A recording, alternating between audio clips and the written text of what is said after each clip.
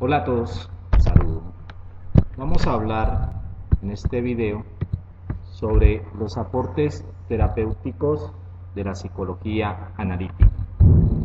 Bien, hay que entender que en la psicoterapia es teoría, es método, técnica al mismo tiempo, así como práctica, interacción e influencia interpersonal. La psicología analítica, desde el trabajo clínico, hace alusión a una serie de conceptos, procedimientos y también de actitudes. Por tanto, si hace alusión a conceptos, procedimientos y actitudes, estaríamos hablando de eh, un intento inadecuado de estandarizar la psicoterapia.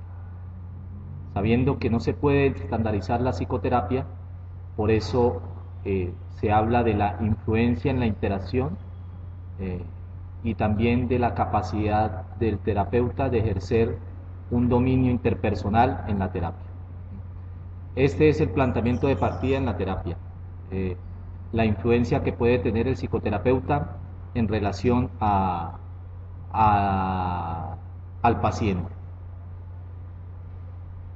Mm, Una adecuada relación funcional se establece a partir de procesos conscientes e inconscientes en el transcurso de la vida del individuo.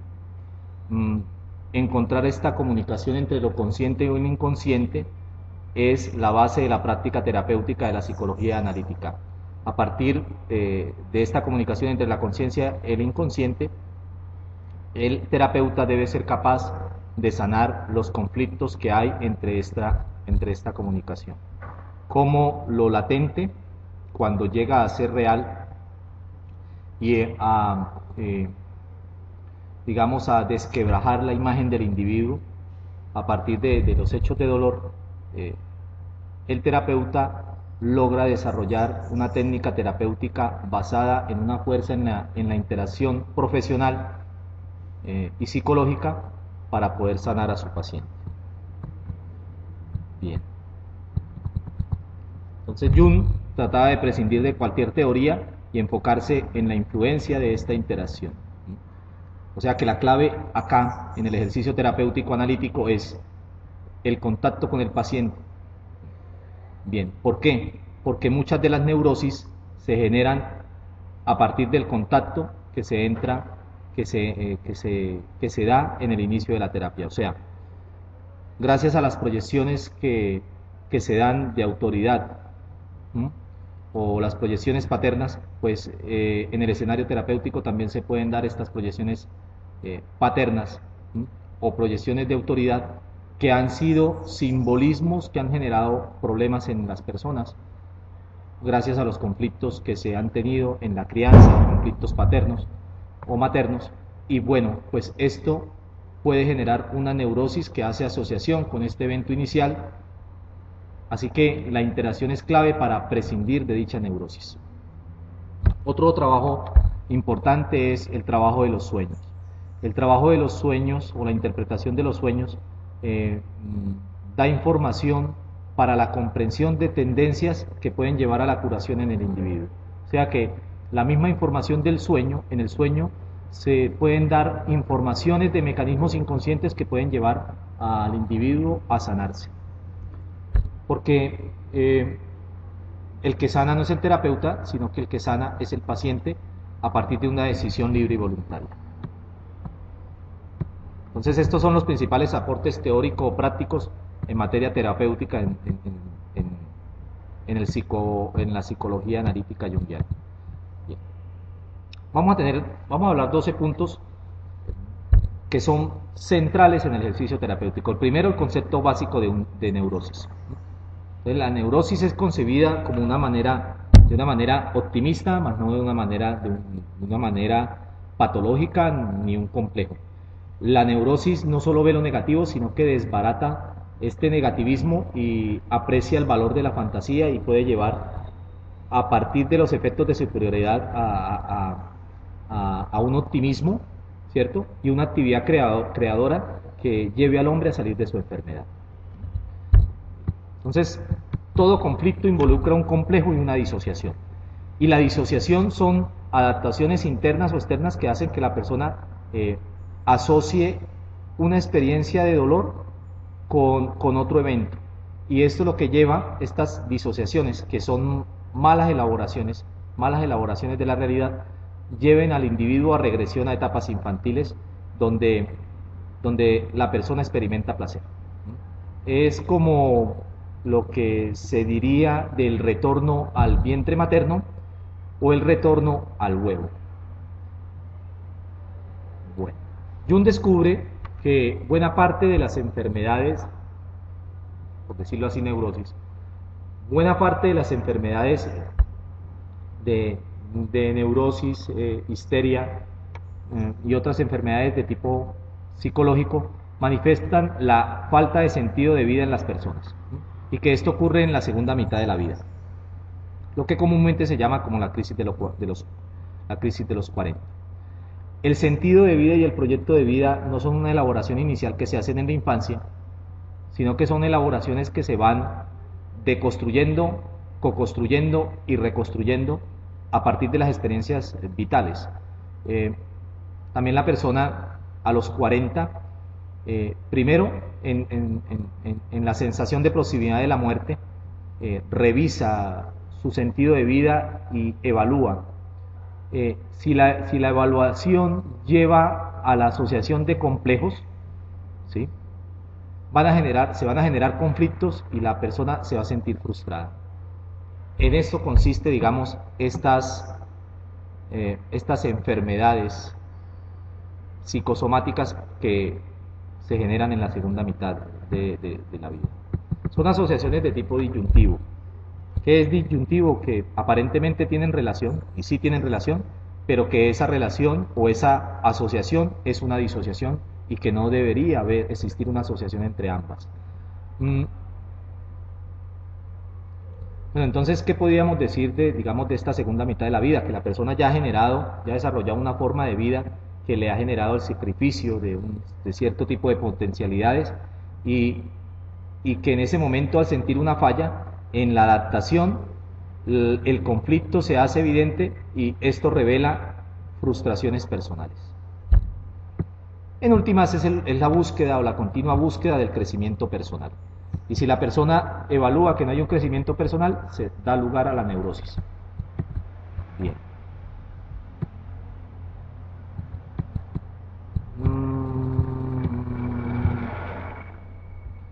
Dos. Las etapas del tratamiento. La psicología analítica de Jung distingue, digamos, 4 fases en el tratamiento analítico: la confesión, la explicación, la educación y la transformación. ¿Qué consiste la confesión? Se trata, ¿sí?, como se hace en tantas actividades de sanación, que el individuo tome conciencia al reconocer ante el terapeuta lo escondido. ¿Qué son lo escondido? Son lo que Freud llamaría las resistencias, ¿no? Entonces, es la imposibilidad personal de efectuar un cambio en la vida. Porque todo cambio genera trauma y todo cambio genera salir de la situación de confort, y no hay nada más difícil para el individuo que salir de dicha homeostasis. Entonces, generar nuevos cambios significaría generar nuevos aprendizajes y generar un desgaste, cosa que la gente realmente no quiere hacer. Esa es la primera etapa. La segunda etapa, que llevaríamos la explicación, es a partir de la aceptación de esa, digamos, de esa incapacidad humana, que sería la aceptación de la sombra, como lo llama Jung. Se trata que el terapeuta ayude al paciente a ser consciente, primero, la transferencia que hay con el terapeuta, ¿sí?, la dependencia que se hace con este al revivir la reprimida relación infantil con los padres. O sea, que por eso es que precisamente la persona no acepta la sombra, o no acepta, digamos, aquellos arquetipos o aquellas informaciones de material no definido en donde el individuo hace resistencia sobre su cambio. Por eso es que allí visualmente o simbólicamente se da la figura de los papás, de los padres en la terapia. Por eso también las personas en terapia muchas veces callan, que uno podría decir un mutismo selectivo, para salvaguardar la integridad del yo. Entonces aquí la labor del terapeuta lleva no solamente a este tipo digamos, de construcción de estas transferencias, sino que a explicar un material o a interpretar un material, que puede ser la interpretación de los sueños o también la interpretación de las asociaciones libres o las palabras estímulo que se utilizan en el diagnóstico terapéutico de tipo psicoanalítico. Entonces, posteriormente, en la etapa de educación ya sería la intervención terapéutica. Solo estaríamos aquí en estas dos etapas iniciales de una fase diagnóstica. En la etapa de la educación hay un tratamiento, un entrenamiento indirecto en que el paciente puede continuar su trabajo terapéutico de manera independiente. Es darle al paciente las herramientas para que él mismo genere un cambio. Esto se llama proceso de autoeducación. Esa sería la fase de educación. Y pues la fase de transformación ya llevaría a, digamos, hay una frase de Jung que dice que esta no está hecho para todo el mundo, sino tan solo a aquellas personas que pueden más que el hombre medio. O sea, que la transformación no es protagonismo del proceso terapéutico, sino que viene a ser protagonismo de la acción humana y de la determinación que tiene el individuo, que en el ejercicio evolutivo haría ejercicios o cambios en su percepción de la realidad y en la deconstrucción que él va a hacer de su realidad. Bien. Después, el proceso de individuación. El proceso de individuación yace en un yo maduro, un yo fuerte. Digamos que es uno de los conceptos que más se han revisado en su teoría y que más han, digamos, considerado en reestructurar las escuelas post-jungianas. El proceso de individuación es una forma de maduración, de autorrealización de la persona, liderado principalmente por el sí mismo. Hay unos componentes de tipo inconsciente, que son la persona, la sombra, el ánima, el animus y el sí mismo. La tarea básica consiste en diferenciar al yo, el yo que es el centro de la identidad humana, de todos estos complejos o arquetipos, ¿sí? Para lo cual la persona debe relacionarse objetivamente con ellos y evitar identificarse con ellos. Entonces, como ya vimos, el arquetipo de la sombra puede ser, la identificación con ellos pueden ser mecanismos para salvaguardar la integridad del yo y para imposibilitar un cambio en el ser humano.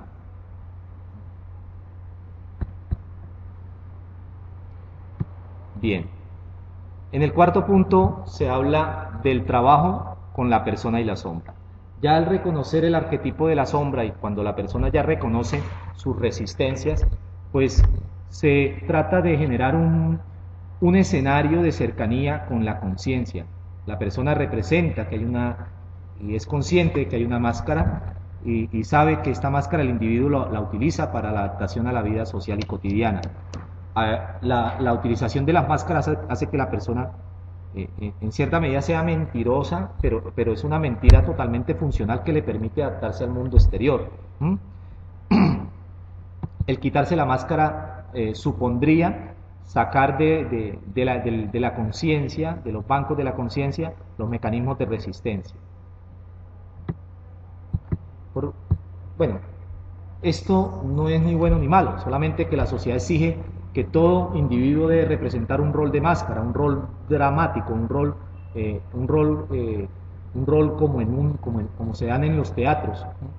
Y el establecimiento es que la persona, en un recurso normal y necesario, existe que la persona se identifique con esa máscara, que son las condiciones las condiciones que le ha determinado la vida para que viva su existencia de esta manera.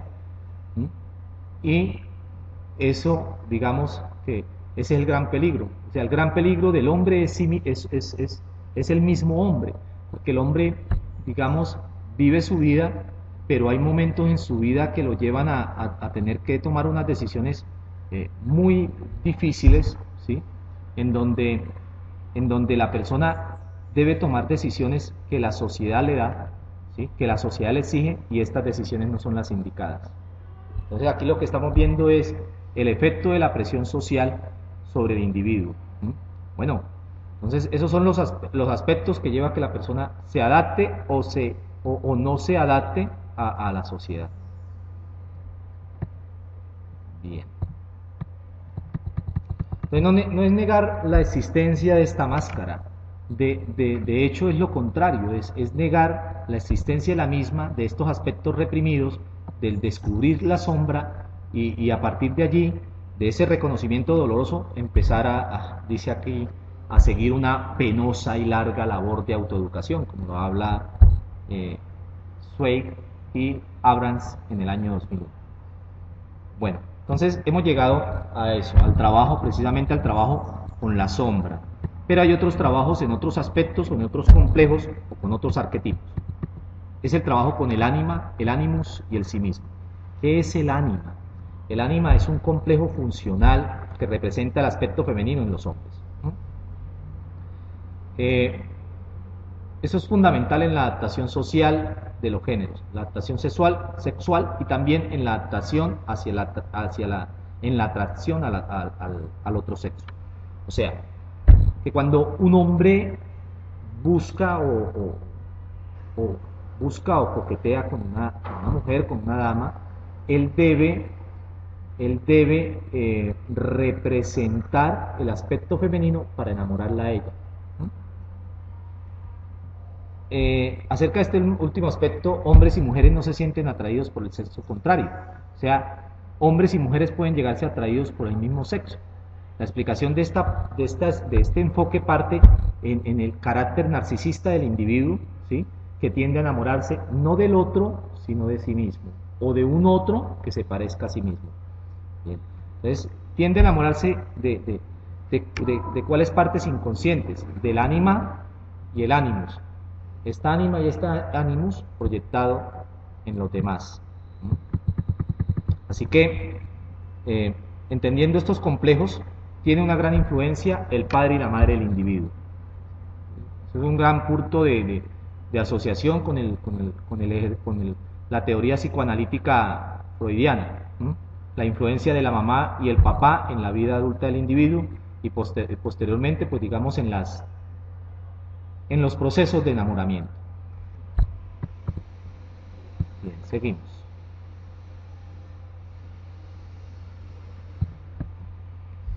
Pues para terminar de hablar de esta individuación, habría de decir que aquí depende, para trabajar con esto, depende la posición del yo, o sea, la posición de la identidad personal sobre esto, y permitir que el sí mismo se realice o trabaje. ¿Qué es el arquetipo del sí mismo? El sí mismo está representado en una personalidad superior que se adopta en el hombre los rasgos del maestro, un semidios. Es el Dios dentro de nosotros, tal como lo llama Jung. O sea, es sacar lo mejor de nosotros mismos para generar un cambio. Punto 6, hablaríamos de la disolución de los complejos. Entonces, ante un complejo, como ya lo habíamos dicho anteriormente, no se trata de ignorarlo, ¿sí? sino que se trata digamos, de identificarse con él, de proyectarlo a los demás, porque eso es lo que comúnmente se da. Entonces, pues, el camino a resolver un complejo es, digamos, hacerlo consciente para tratar de descubrir los dos polos opuestos. Entonces, ¿qué es lo que siempre se esconde detrás de dicho complejo? Y la verdadera liberación del complejo es conciliar los polos. Por ejemplo, en el complejo de la sombra sería conciliar lo bueno con lo malo. En el complejo del sí mismo sería conciliar Dios con el diablo. Y en el pecado con la comunión. Y en el trabajo del ánimas y el ánimo sería conciliar el hombre con la mujer que hay dentro de nosotros. Así que la terapia en psicología analítica busca la integración de estos contrarios para así liberar al individuo. Es generar un proceso de perdón, de conciliación o reconciliación. Aunque conciliación y reconciliación es diferente, ¿no? Pues como bien lo vemos, generar estas conciliaciones significa la activación de un montón de afectos y emociones que hace que la terapia sea muy emocional y muy sentida. Es identificar y dar la voz o dar la posibilidad de que esta voz reprimida durante muchos años salga a flote, sea real. En el punto 7 es la fuerza transformadora del símbolo.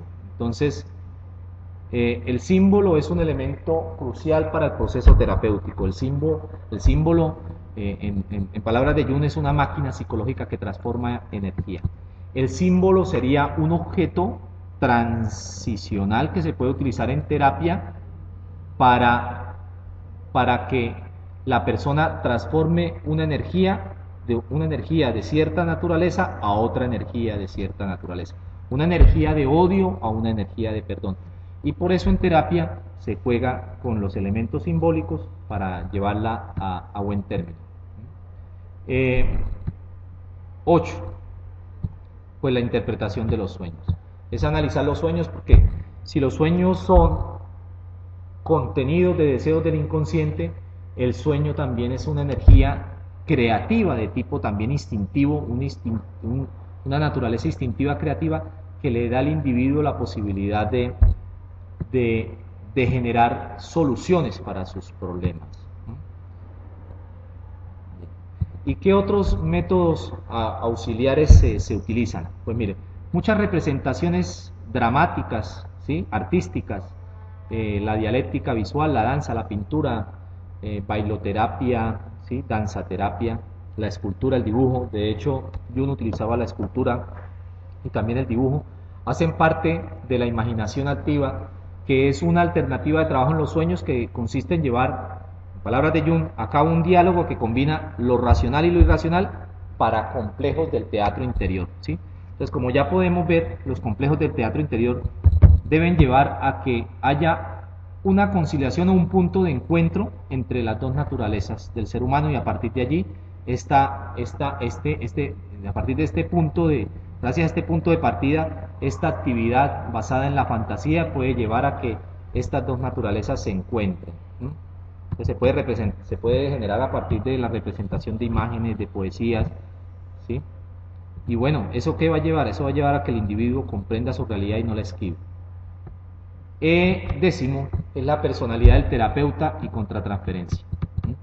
Entonces, aquí Jung dice que la psicoterapia es una labor difícil.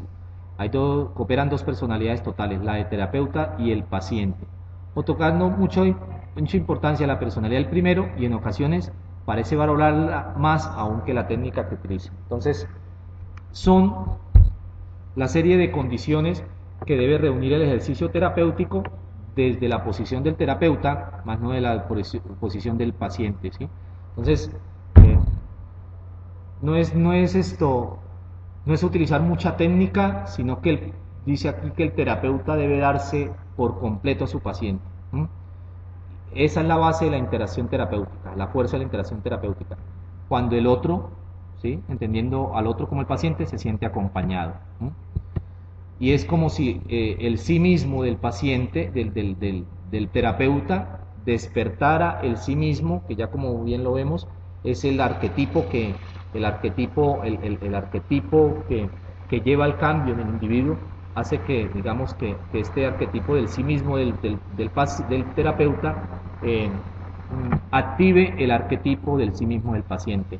A partir del encuentro de esas dos personalidades, un tratamiento psíquico diferente, ¿sí?, donde el terapeuta influya de manera fuerte sobre el paciente. Pero en últimas, pues ya lo sabemos que es el dueño de su cambio es el paciente. Bueno. En el punto 11 es evitar la dependencia del paciente. O sea, no se trata Jung hablaba mucho de cómo es dar una terapia y cuál es la intensidad de una terapia. Entonces una terapia puede durar hasta 2 horas, 3, 2, él hablaba de 2 horas. Los casos difíciles podría tener 3 o 4 secciones semanales, pero se recomienda que sea una sección por semana. Eso es lo que habla esta. ¿Para qué? Para evitar la construcción, ¿sí? O que se genere una dependencia del paciente por el terapeuta. Y punto 12 es el análisis didáctico. ¿Qué es el análisis didáctico?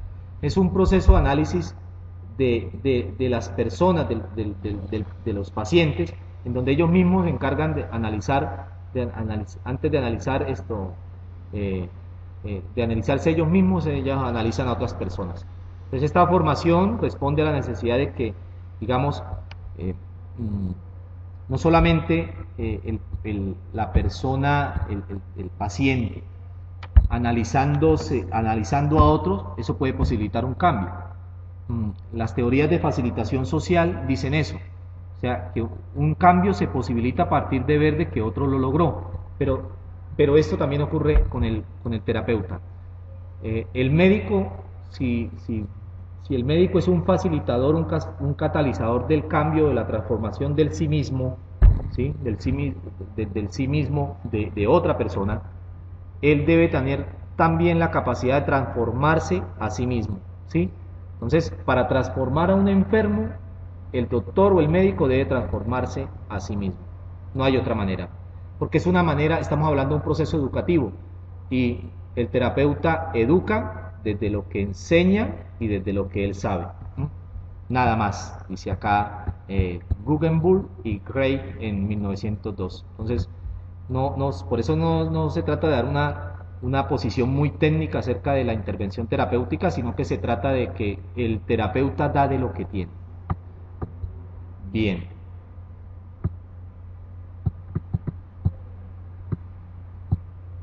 Entonces, pues ya con esto último que hemos terminado, digamos que eso es una confrontación muy grande para nosotros los psicólogos en el sentido de que primero debemos sanarnos, curar nuestros complejos para poder sanar los complejos de los demás. Queda esa gran reflexión final para poder seguir, como lo leí en un libro, para poder seguir sanando almas. Que estén muy bien.